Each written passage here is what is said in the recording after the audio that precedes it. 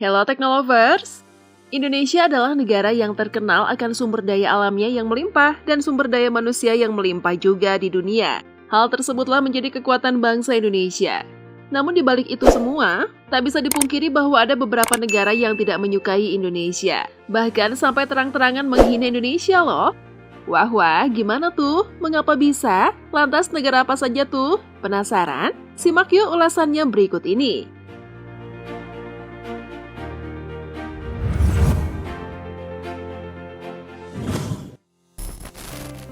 Singapura.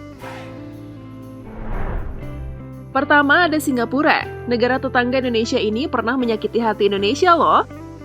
Hal ini terjadi pada tahun 2015. Kala itu Perdana Menteri Singapura, Lee Hsien Loong, yang berpidato di Hari Buruh Internasional.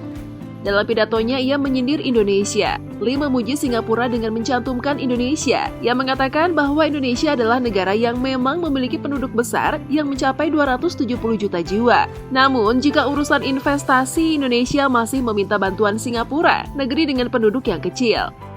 Sontak pidato Perdana Menteri Singapura ini tersebar di sosial media hingga ke seluruh dunia dan tuai banyak kritikan pedas dari kalangan netizen masyarakat Indonesia.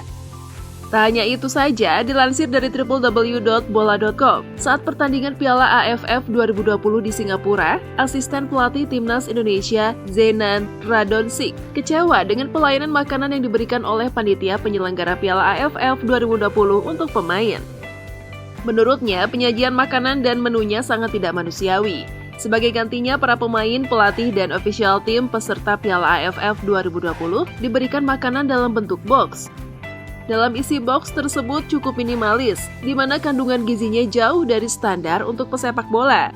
Hal tersebut membuat para pemain kekurangan nutrisi dan menghambat pemulihan di tengah jadwal turnamen yang padat-padatnya. Zenan Radonjic menunjukkan box makanan tersebut yang isinya terlihat seperti daging, buah, porsinya sangat sedikit. Potret tersebut dibagikan lewat akun Instagramnya. Wah, ternyata hanya lantaran pelayanan ya guys.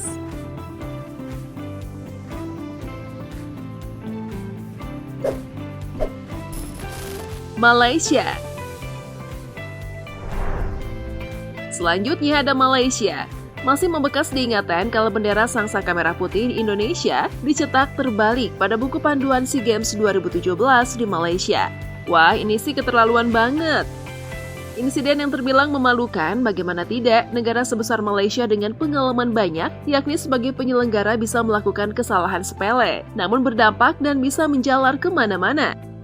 Padahal jelas-jelas bendera negara lain benar dan hanya bendera Indonesia saja yang salah cetak. Mencurigakan ya? Sudah mematahkan semangat pemain aja nih sebelum bertanding?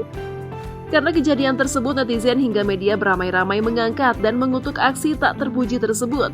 Dan entah benar hal tersebut kehilafan atau disengaja, yang jelas keteledoran tersebut merupakan hal yang tidak pantas untuk dilakukan.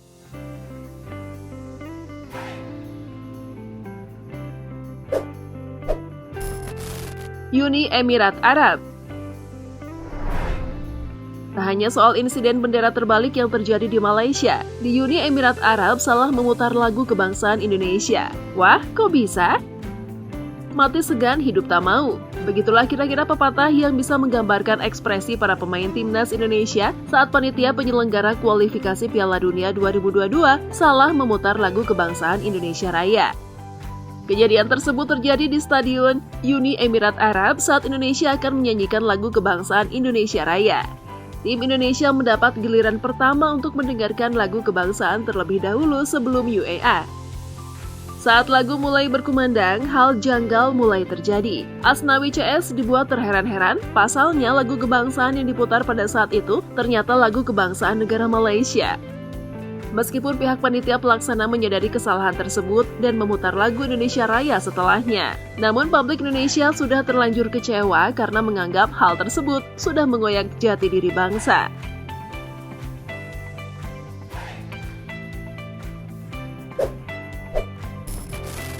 Inggris. Datang lalu dipaksa pulang. Insiden ini pernah dialami oleh atlet badminton Indonesia yang terpaksa mengundurkan diri dari ajang All England 2021. Wah, apa sih penyebabnya? Kok bisa? Padahal Indonesia jago banget main badminton. Penyebabnya sepele, katanya tim Indonesia sempat satu pesawat dengan orang yang terpapar COVID dalam perjalanan ke Birmingham. Padahal seluruh tim sudah dinyatakan negatif baik ketika tiba di hotel dan saat menjalani kembali tes COVID-19 sebelum bertanding.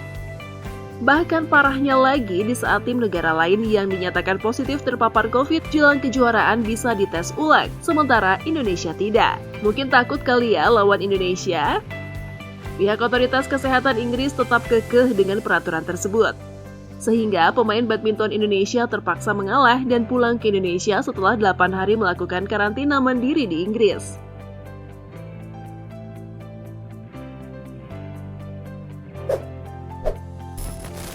Australia. Senator Australia Pauline Hanson sempat menyinggung Bali terkait penyebaran penyakit mulut dan kuku atau PMK dalam pidatonya.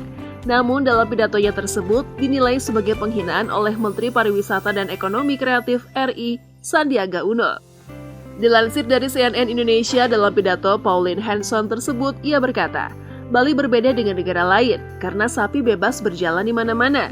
Kotoran sapi bertebaran dan orang berjalan di atasnya, sehingga terbawa di pakaiannya dan orang tersebut kembali ke Australia. Selain itu, Hanson menilai PMK merupakan ancaman serius bagi keamanan hayati Australia. Menanggapi ucapan Hanson, Sandi menilai pernyataan tersebut tak sesuai fakta. Ia juga menegaskan bahwa tak boleh ada yang menghina Bali. Dalam akun Instagram pribadinya, Sandiaga Uno menulis komentar terkait video tersebut. Apa yang disampaikan oleh Senator Australia ini tidak berdasarkan fakta. Secara tegas dan lugas saya sampaikan untuk jangan pernah menghina Bali, ikon dan jantung wisata Indonesia.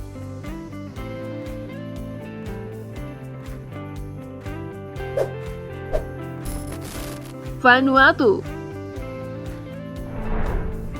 Bicara soal menghina Indonesia, tentu itu tidak terlepas dari negara satu ini. Ya, Vanuatu, negara kepulauan kecil di Samudra Pasifik. Hinaan Vanuatu bahkan berbeda dari negara-negara lainnya. Bagaimana tidak? Hinaan yang dilontarkan sangat brutal, karena hinaan tersebut langsung datang dari Perdana Menteri Vanuatu, Bob Loumet.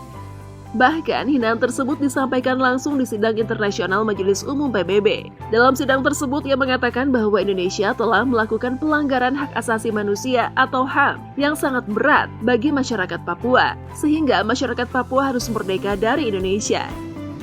Perdana Menteri Vanuatu Bob Loumet juga memprovokasi negara-negara yang ada di Samudra Pasifik lainnya untuk mendukung pernyataannya dan mendukung kemerdekaan Papua dari Indonesia. Akan tetapi pernyataan tersebut langsung dibantah oleh Silvani Austin Pasaribu yang menyatakan bahwa yang dinyatakan oleh Bob tidaklah benar. Dan Vanuatu juga terlalu sangat mencampuri urusan negara Indonesia setiap tahunnya. Mengetahui hal ini, netizen Indonesia tak tinggal diam atas hinaan dan fitnah Vanuatu bagi Indonesia. Akun pariwisata yang dimiliki Vanuatu pun langsung diserang oleh netizen Indonesia, di-report hingga ditutup oleh Instagram. Vanuatu pun jadi kapok, dan di tahun 2022, Vanuatu tak lagi mengusik dan menyinggung Indonesia. Netizen Plus 62 emang selalu terdepan ya?